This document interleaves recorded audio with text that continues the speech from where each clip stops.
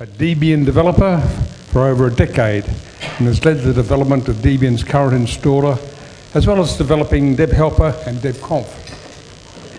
His current goal is to expand the use of version control systems beyond source control, which has led to the Gitback wiki, etc. keeper to store /etc. in Git, and Git annex to manage big data with Git. It is currently funded by Kickstarter to develop Git annex into something resembling a distributed Gitback Dropbox. Over to you, Joey. Thank you very much.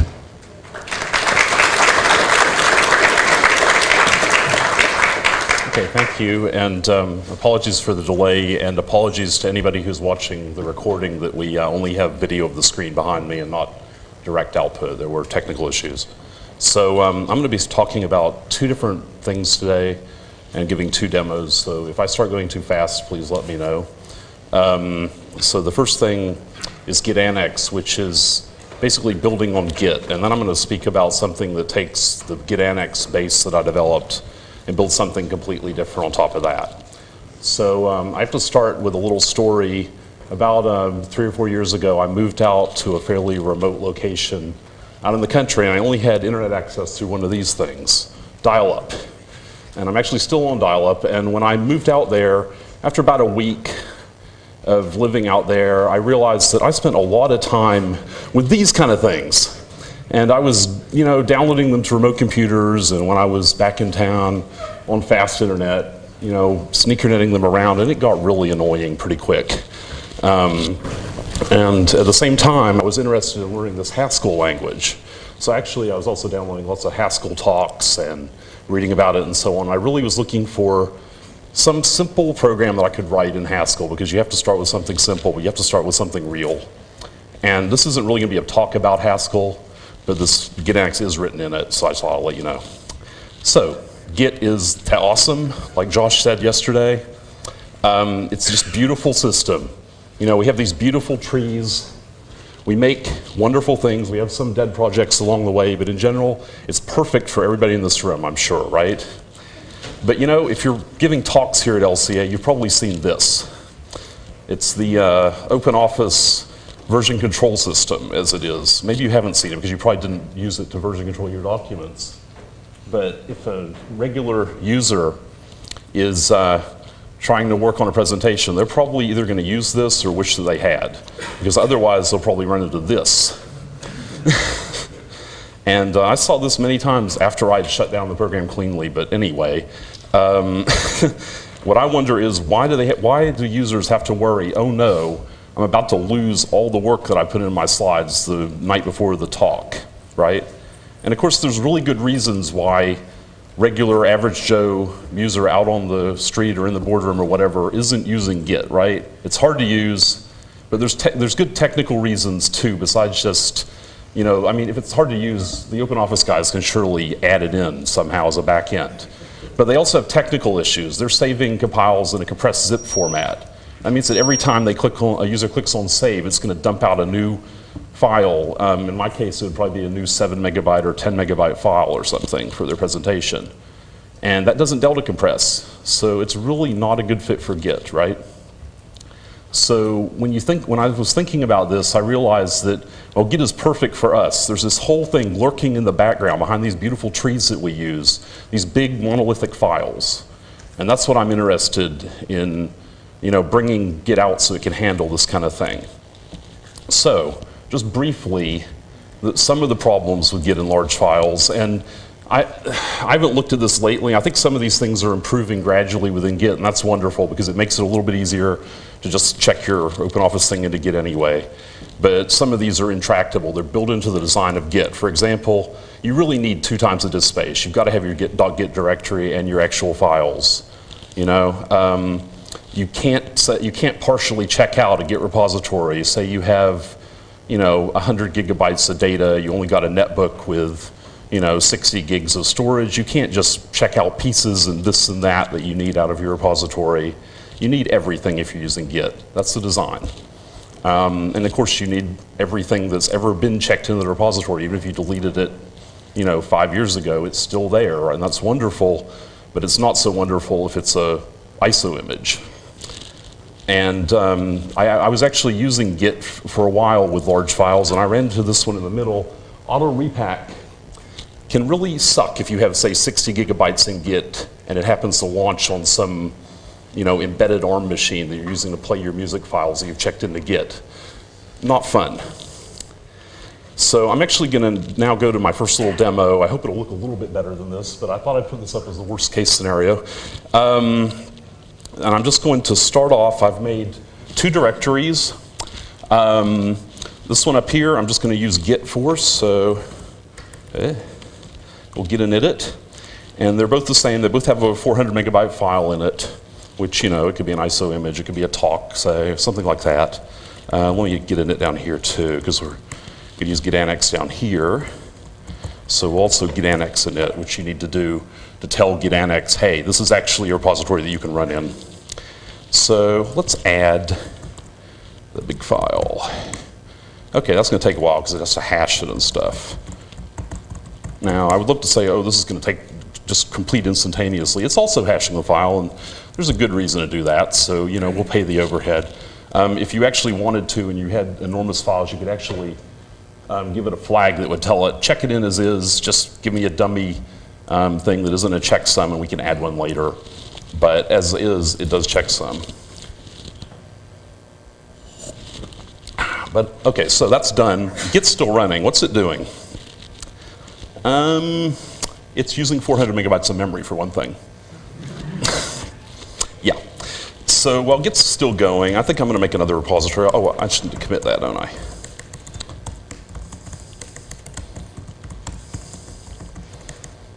Okay, so let's make a clone.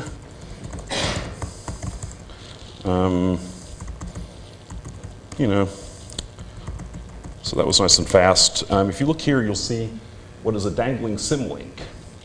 And the file isn't actually there, right? We have a 260K repository for a 400 megabyte file. But if I wanted the file, if I could type, there. So what it's doing is it's figuring out how to get it, which is what the recording state and Git stuff is, and now it's copying the file over. I don't hard link them just because of various reasons, but this could also be, of course, be a remote on a completely different computer. Good, git add's done, and we've already got another copy here. So git annex tracks the location of this file because it's not going to be in every single repository, so you have to know where it is. So I can ask it, where's that file? And it knows that it's here and it's in origin. I can also say, well, why don't you move it from origin? Now it's only here. You could also drop the file, which would remove it, but git annex knows, hey, that's the only copy you got of that file. You better not remove it. And you can also, how many copies shall I make it retain? Say 3. So now if I wanted to drop it, it's like, well, no, you need 3 copies, actually. And if I wanted to say, I could say copy -- auto, and this would copy the file if it needs to attain the configured number of copies. So I can make another repository and run it again, and it would also copy. So that's the 5-minute overview of git annex command line. It's a set of Git add-ons. It's fairly simple to use if you know how to use Git. So how does it all work? Well, as we saw, there's a symlink in there, and I don't know about all of you. I am a little bit leery about programs that just go off and say, we're going to use a symlink because, gosh, it's a layer of indirection and it's fun. And I've seen some bad things. But in this case, I think it actually works very well. Unfortunately, it's also the only possible way to do it. So what we have is a file, and the file here is actually checked into Git. The symlink is checked in. But the actual data over here, which is in git annex objects hash for a hash of file, basically, is not checked into Git at all. It's just living in your .git directory. So that's on your local computer. You can rsync it around to other repositories. Anything that you can run SSH into, you can use as a git annex repository and put the file there. And what this also allows for is you may want to store your enormous files somewhere that isn't a regular, Linode machine or the machine in your basement or something. You might want to use actual cloud storage, for example. So you can store just the contents of the files, not the Git repository, which is tiny anyway, on what I call a special remote. And this basically uses, it's a RESTful API. You only have to be able to put the file, get the file, delete the file, and check if it's there. And anything that has those 4 operations can basically be used as a special remote. So some of the ones that I've developed are these. I'm not going to go through them all in detail. It's basically just things that were fairly easy to support or cool. Some of the interesting ones, Amazon Glacier, of course, was fun because of their delay, but otherwise completely normal. The web one is kind of fun because that actually lets you say, hey, this file out on, say, archive.org, which is, a talk about something or whatever. I'd just like to pull that in and it'll remember, oh, I got it from this URL, so that'll be one of the locations that it tracks. Of course, the web could lose that file, so you generally tell it, don't trust things from the web being the only location that I'll keep of that file. And we have a hook system, so you can basically plug in any kind of special remote you want. So, we're storing this data out there on the cloud. How do we keep it secure, right? And what I did is I stole an encryption scheme from Obnam, which is a neat little backup program developed by Lars Rosenius.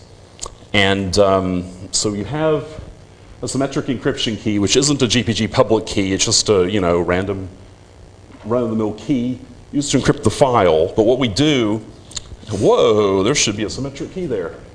Excuse me. Anyway, we actually use a GPG key to encrypt the symmetric encryption key, which then is decrypted to encrypt the file. So what this allows you to do is have multiple GPG keys and add them as you like, as you go around and you want to give access to this repository to other people without having to re-encrypt this file every time. So again, it's a little layer of indirection, but I think it's a useful, very useful little scheme, and it's actually something that other things are trying to use. If somebody knows of a name for this scheme that's in the literature or something, please let me know. The other thing that I guess I should mention, especially in light of Josh's talk yesterday about using Git internals programmatically, is that Git annex actually has its own branch in the Git repository that it uses for all the data that it tracks about the repository. So the main thing that it's tracking is where all the files are, out there in different places and different configuration. It actually puts the encrypted symmetric keys in that repository, which means that you don't have a key distribution problem beyond GPG key distribution. And I guess the neat thing about this branch is that you never get a conflict merging it. So whenever Git annex pulls down a new version, or whenever Git does really, it's just Git pull, and it says, oh, there's another version from origin, it just automatically merges it in a conflict-free manner so that you can have multiple sources of data and they become eventually consistent. So that's kind of the quick overview of Git annex, and I thought I'd see if anybody has a question real quick. Yeah. Oh, sorry.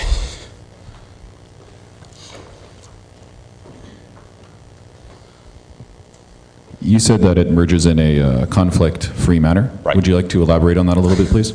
Sure. Basically, there's a concept in Git of something called a union merge, which is basically just you have two versions of a file, version A and version B. Just take all the lines that are in either one and put them into version C. And so if you do that and then you have a timestamp to tell you which is the current version, and say you use vector clocks, which unfortunately I actually don't yet, but that is on the drawing board, is to properly use vector clocks to avoid timestamp skew issues. Actually, it's not a big problem in practice because of the way timestamps happen to be used here. But anyway, you can say, okay, so I've got this big list of stuff, and I'll take the most recent piece of data, and there you are. And then, of course, if it ever goes to rewrite the file, it'll throw out the old data. But you have it all stored in Git anyway, so it doesn't really matter. Anybody else? Okay. So So I developed this, a couple of years ago over the course of several years. It took a lot longer than it would have taken if it were a little quick Perl script to write it in Haskell, but I ended up with something that I think is a lot better, a lot easier to extend, a lot more robust. And that was what let me move on to the second stage of this, which is the Git Annex Assistant. So what I want to do with this is make something that's not entirely unlike Dropbox. It's what I'm not trying to do is clone Dropbox in any way, and I haven't even actually used Dropbox. I have heard about it.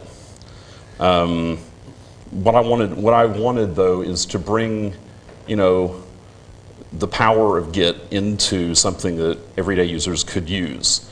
And I knew that I would need some time to do this, so I actually went out and asked for 3 months on Kickstarter of funding, and I actually got back 12 months, which is great. I think there might be a few people who backed me in the room, thank you, or if you're on the video, thank you. Really wonderful to be able to do that. It was a big surprise that it took off to the extent it did. So what I've developed as far as a UI is something that looks sort of like this. It's a web app, because I didn't want to have to go off and do Mac OS X GUI development and port it to Android and all that kind of thing. So I think what I'm going to do is just actually come out of here and actually give you a quick demo of that if I'm doing okay on time, which I think I am. Let's see, I believe it's under Internet. Yeah. So we'll start it up from the menu. It just bounces over the web browser. And this is the first start screen. You can tell it where to put your repository. You can see that okay, can't you? Yeah, it's pretty big. It's using Twitter Bootstrap, so I got all the big font prettiness. So what can I do with this? Well, I can open up my file browser and see my file. Whoa, except they're somewhere that I can't see them because my screen's too small. Ah, there they are. Okay, so I can see my files, but I don't have any yet. Why don't we put a file in here? I'll just save a copy of this into Annex.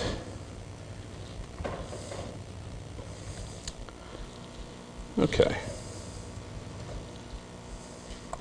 So it saved a copy of the presentation into the directory, and of course it's using iNotify.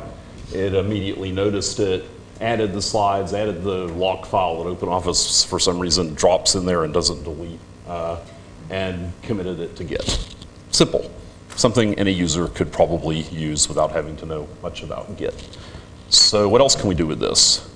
Well, we can go in and configure it. Actually, we can just go add another repository. This is a problem with giving a demo of something like this. I knew the first part would work, but I was pretty sure this part would eventually have a problem. And there it is.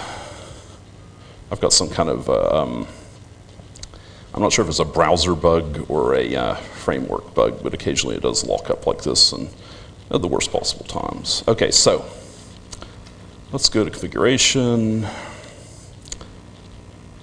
Let's add a repository. We all got these nice little drives from LCA, so I happen to have a USB key somewhere. There it is. Nice tiny little USB key. Is this thing still not working? This is like the, wow, that's bad. Maybe I need to try a different browser or something. I don't know if this Chromium thing's all it is kicked up to be. Okay, come on. This is annoying.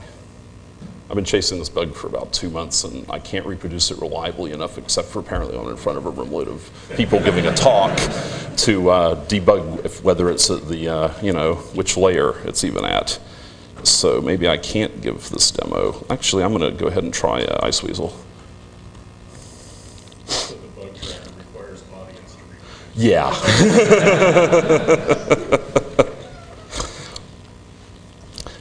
But what I was actually going to show you is that it's quite easy to just plug in a little USB device and make a clone of the repository without having to know any Git commands. Did you have a question? While my system's churning, apparently. Yeah, well, you mentioned, it's something any user can use without knowing Git or whatever. Yeah. Is there any concept of multi-use or anything? So like Okay. Yeah. So yeah, I mean, if you have something like this, that is, it's sort of like Dropbox, but it doesn't have a central server. Multi-user is, I think, an interesting use case for it. Okay, here we go. What is that doing? I didn't even know that was running. That's not running. Okay. No. Sorry, folks, I'm going to give up on this demo and say it's still a work in progress. What I wanted to show you is, you can just plug in a USB key, and assuming that the thing is actually responding at the time, it will, say, okay, would you like to clone my repository into this? And as soon as you set that up, it will begin syncing to it. What I wasn't going to show you, because I don't trust the network here, of course, is that you can also go out and add, other repositories out there on the web, or on the net, I should say, and it'll sync to those in a manner sort of like Dropbox. So I should probably talk about how this syncing works, because it was one of the trickier challenges of this whole thing. So, if I've got it here in my laptop, I want it over there. It's wonderful if we just have an end-to-end net, but as we've all heard in a depressing talk here a couple of days ago, this is a fairly unlikely scenario on today's internet. You've probably got this scenario, right? Where you've got a company in the middle, your laptop can't talk to your machine at work or at home, you've got whatever up there. What I actually support is multiple companies, which I think is, baseline for this kind of thing if you can't just support one. And what the laptop is sending over to the server is only the contents of the files. It's not actually sending the Git repository around through, say, GitHub or something. So you can pick whatever company you like. And as far as the metadata, we need a way to get that to work. And again, my freaking pictures aren't working, which is very annoying. Whoa, that's special. So what is supposed to be in between there is XMPP.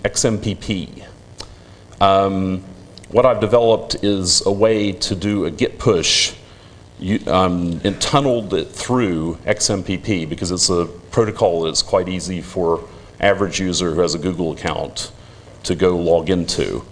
And so when this laptop wants to tell the server, hey, he's just added this file, all it has to do is start an XMPP session and start tunneling data through it. Luckily, Git repositories aren't that big if you're just sending a few files that have changed that happen to be symlinks. So even though it's all base64 encoded inside the packet, it works great. It actually looks like this when you're pushing. It's kind of a special URL, and otherwise just like a regular Git connection push. So I guess another thing that I've been working on lately is, like I said, it uses symlinks. But this does suck.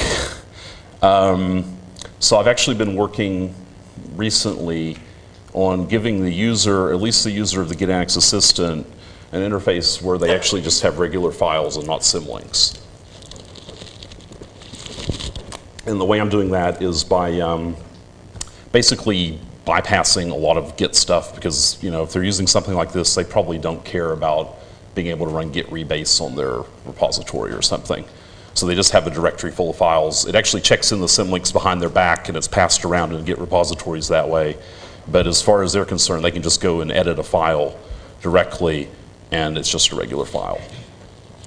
And something that's actually come up during the conference here is a guy on the IRC channel that we hang out on for Git Annex came up with this awesome encrypted Git system, which lets you have a Git remote out there on, say, GitHub or really any place that you could store Git data, and it's encrypted with GPG before it actually leaves your machine. Really cool, hoping to integrate that in, because I think it's kind of a missing piece in the puzzle, because we really do want to have everything encrypted as it goes over the wire, because this could be used for any kind of confidential data or whatever. So I guess I'll end up here. I was recently contacted by this group of taiko artists in LA. It's a Japanese drumming thing. And they're apparently, they've got this big community going on where they record their drum riffs and they pass them around between each other. And they build on them, they extend them. It sounds a lot like the free software community, except it's all about beating on things with sticks. Exactly like the free software community, yeah. And so, these guys actually contact me and say, this looks like it might be something we could use rather than just relying on YouTube or whatever, and actually have a repository of all our drum data and give it to our students and share it as we meet each other at conferences, just pass some thumb drives around and get the newest stuff and all that kind of thing. So that's the kind of direction that I'm hoping to head in. I really want to have it usable by regular users. I want to escape the shackles. If you want to have Dropbox, you're just sharing it with somebody you trust with your password, which is insane. I assume that's true. I could be completely wrong.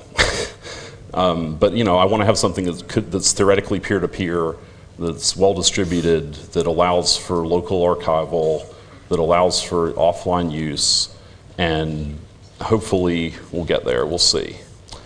So, do I have any questions? I don't know how I'm doing on time. Okay. Lots. So, given that you use Haskell for this, I've got to ask, lazy I/O, iterative conduits or pipes? I'm waiting for it to settle out, but I am using Assad, so I'm using conduits underneath in some places, but mostly it's just lazy I/O and caution.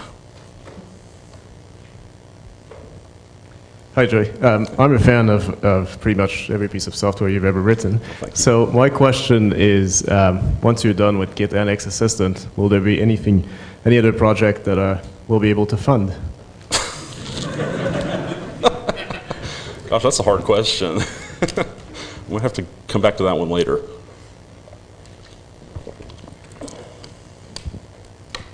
So the main problem I've got with Git and binary files is, of course, you've got a big binary file, you say tweak a little bit of it, and now you've got two big binary files that are almost identical and yet taking up the amount of space. And when you do a Git clone, of course, on a client, and my clients are on little ARM machines, now they're trying to pull down big binary data. I was wondering, you didn't cover so much about what happens with small changes to big binary files? Yeah, because that's really probably my weak spot right now. I assume A, disk space is cheap, and B, you've probably got some bandwidth, but this is a weak spot, and I think it's probably going to start by trying to use deltas between recent versions of the file or something like that as we transfer over the network. Unfortunately, when you're sending something to S3, you really don't have that option unless you're just sending the delta, and so there's obviously protocol work to be done here. It's something that I was hoping to get away with for now, but for certain use cases it's clearly essential. If you have really big data, you need it, and there's obviously lots of watch it work now.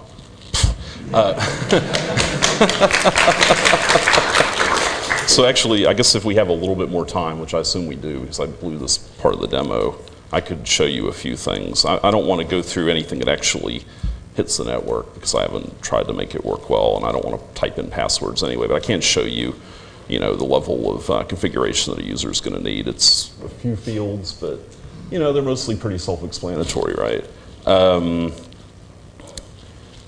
And yeah, we support pretty much everything that's linked here. The phone thing is, future work. Network attached storage is future work.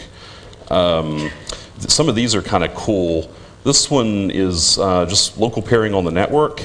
And if somebody actually had Git Annex running, like the assistant right now, and I typed in LCA 2013, then it's going to go out and do some broadcasting and try to find a machine that knows that secret and just pair with it. And if it actually does that, what it'll do is set up a restricted SSH key, so all you can ever do is push Git stuff around between the two machines, and then it'll become a remote. So you can have local sharing, which Dropbox, of course, does. So that's kind of a cool little feature. This one's if you just need a, your server up on the net. That's the one I would use, of course. And then I was going to show you the removable drive one because I can. Whoop. If I got this little tiny USB card turned around the right way. Let's see. Still demo fail. There we go. Okay. So, this is, I think, a regular user could use, although it does need to switch to using poll or some kind of polling to figure out when that drive's hooked up. The neat thing about this is what I wanted to show you is you actually have these repository groups. And this is slightly confusing, but very powerful, so I put it in anyway. The neat thing about transfer is I have this little USB drive. It's got, what, 8 gigs of storage, I think? Yeah. So you're obviously not going to sync all your files to a little tiny USB drive, but what you can do is sync all the files that it thinks, well, if this USB drive is plugged into another repository that I know, what is it going to want? And so it can figure that out based on the location tracking that it has and just put the right files on it, although it also speculatively copies new files onto it even though there's no other repository right now. And so I think we've actually already uploaded, as you can see over here, it's already synced the files to the USB drive while we were sitting here. And if I add a new file, it'll do it right immediately. There's several other interesting options here. You can also, there's also a whole DSL that you can use to configure this if you're more programmatically inclined.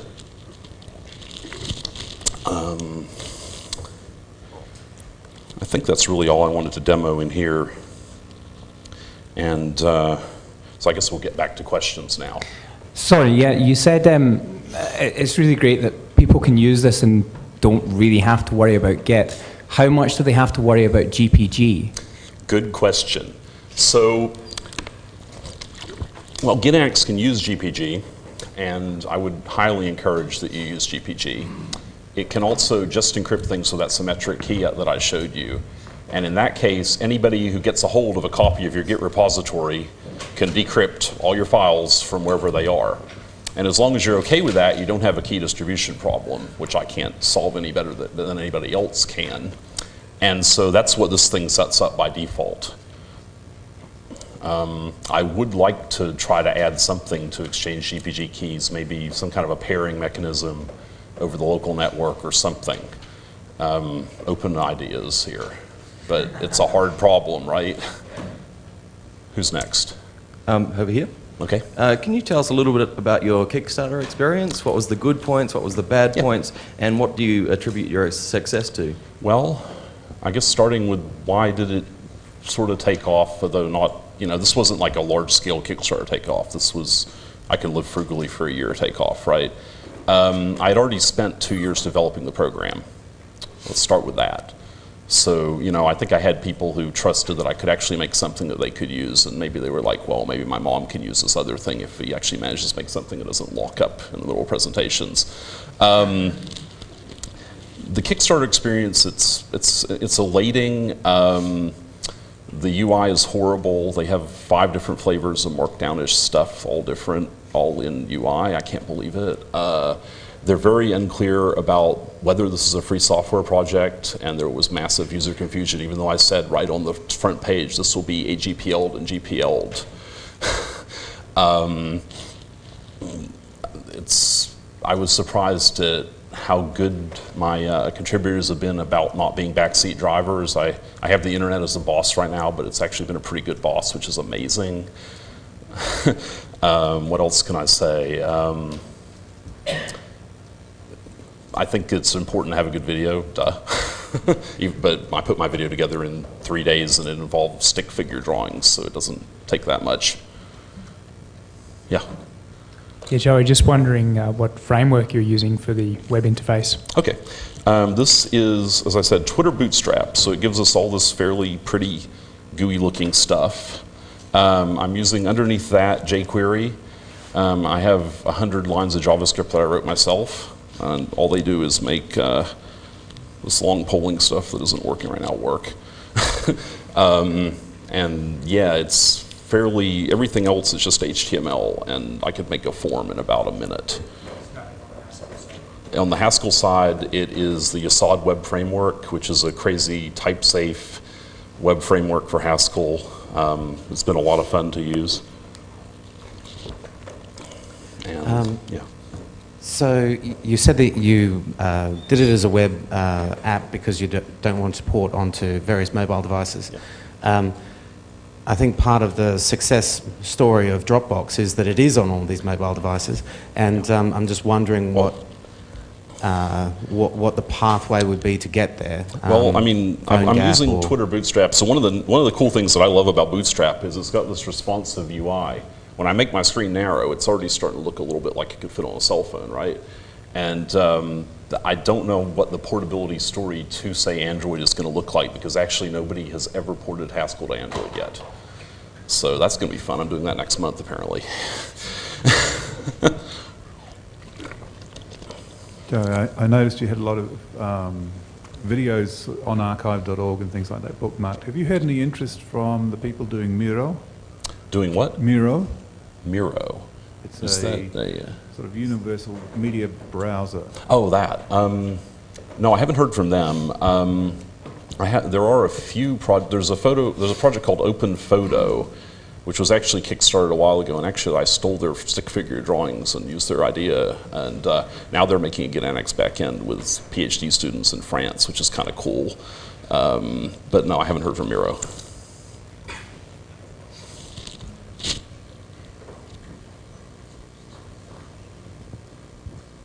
The work that you're doing to move away from symlinks in certain cases, will that be will it be possible through that to say have a remote that's like a fat file system and have real files on it? In theory, because I would like to support Windows, because a certain percentage, around 10% of my users say they would use it, and I assume that I'm biased heavily toward geeks right now. So yeah, it's theoretically possible to use it that way.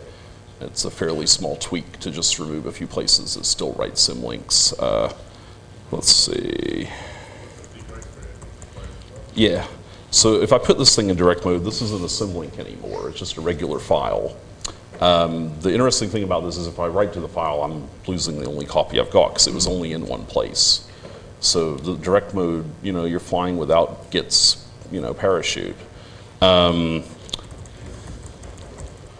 If I move that back to origin, it's back to a dangling symlink, because there's no other way to represent a file that isn't there that I can think of, and it's better to be able to move your files around even if they're not there. Actually, this is one of the ways that I use this thing, is I have a whole pile of offline storage and stuff, and I can go reorganize it and look through it without ever mounting the drive. And then if I want to look at a specific file that I looked at last 5 years ago, I know exactly where to go, and assuming that drive still spins up, I've got it.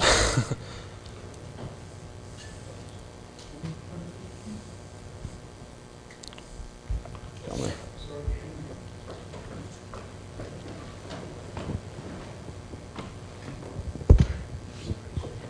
there. Slightly more technical question.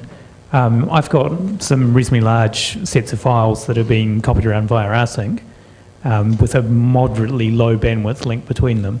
Is there any way to put those files into Git Annex without having to copy them all from point A to point B again? Absolutely. That's why we do the checksumming. If you have two repositories and they both have the same file in them, you can just git init on both sides and then git annex add on both sides, and it'll give you the same key. So at that point, you've got files on both ends of your link that are the same, and we won't need to transfer them around. We also do it, of course, so we can do things like, you know, fisking the repository, making sure your data is still there and that kind of thing. But that's a good use case. Also one that I use. Right. Thank you. Yep.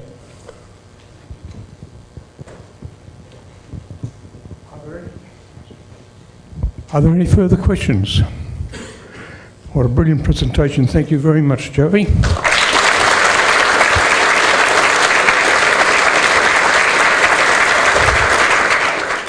I have to start with a little story. About 3 or 4 years ago, I moved out to a fairly remote location out in the country, and I only had internet access through one of these things, dial-up. And I'm actually still on dial-up, and when I moved out there, after about a week of living out there, I realized that I spent a lot of time with these kind of things. And I was, you know, downloading them to remote computers, and when I was back in town on fast internet, you know, sneakernetting them around, and it got really annoying pretty quick. And at the same time, I was interested in learning this Haskell language. So actually, I was also downloading lots of Haskell talks and reading about it and so on. I really was looking for some simple program that I could write in Haskell, because you have to start with something simple, but you have to start with something real. And this isn't really going to be a talk about Haskell, but this Git Annex is written in it, so I just thought I'll let you know. So, Git is awesome, like Josh said yesterday. It's just a beautiful system. You know, we have these beautiful trees. We make wonderful things. We have some dead projects along the way, but in general, it's perfect for everybody in this room, I'm sure, right? But you know, if you're giving talks here at LCA, you've probably seen this. It's the OpenOffice version control system, as it is. Maybe you haven't seen it because you probably didn't use it to version control your documents. But if a regular user is trying to work on a presentation, they're probably either going to use this or wish that they had, because otherwise they'll probably run into this. And I saw this many times after I'd shut down the program cleanly, but anyway. What I wonder is, why do users have to worry, oh no, I'm about to lose all the work that I put in my slides the night before the talk, right? And of course there's really good reasons why regular average Joe user out on the street or in the boardroom or whatever isn't using Git, right? It's hard to use, but there's good technical reasons too, besides just, you know, I mean, if it's hard to use, the OpenOffice guys can surely add it in somehow as a back end. But they also have technical issues. They're saving compiles in a compressed zip format. That means that every time a user clicks on save, it's going to dump out a new file. In my case, it would probably be a new 7 megabyte or 10 megabyte file or something for their presentation. And that doesn't delta compress. So it's really not a good fit for Git, right? So when I was thinking about this, I realized that, well, Git is perfect for us. There's this whole thing lurking in the background behind these beautiful trees that we use, these big monolithic files. And that's what I'm interested in, you know, bringing Git out so it can handle this kind of thing. So, just briefly, some of the problems with Git in large files, and I haven't looked at this lately. I think some of these things are improving gradually within Git, and that's wonderful because it makes it a little bit easier to just check your OpenOffice thing into Git anyway. But some of these are intractable. They're built into the design of Git. For example, you really need 2 times the disk space. You've got to have your .git directory and your actual files. You know, you can't partially check out a Git repository. Say you have, you know, 100 gigabytes of data. You only got a netbook with, you know, 60 gigs of storage. You can't just check out pieces and this and that you need out of your repository. You need everything if you're using Git. That's the design. And of course you need everything that's ever been checked into the repository. Even if you deleted it, you know, 5 years ago, it's still there, and that's wonderful, but it's not so. A Debian developer for over a decade, and has led the development of Debian's current installer, as well as developing debhelper and debconf. His current goal is to expand the use of version control systems beyond source control, which has led to the Gitback wiki, etc. keeper to store /etc. in Git, and Git annex to manage big data with Git. He is currently funded by Kickstarter to develop Git annex into something resembling a distributed Gitback Dropbox. Over to you, Joey. Thank you very much.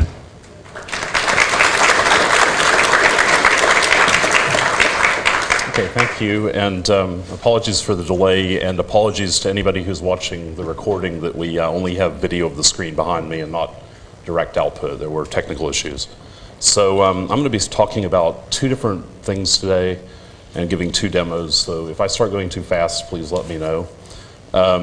So the first thing is Git annex, which is basically building on Git, and then I'm going to speak about something that takes the Git annex base that I developed and build something completely different on top of that. So wonderful if it's a ISO image. And I was actually using Git for a while with large files, and I ran into this one in the middle.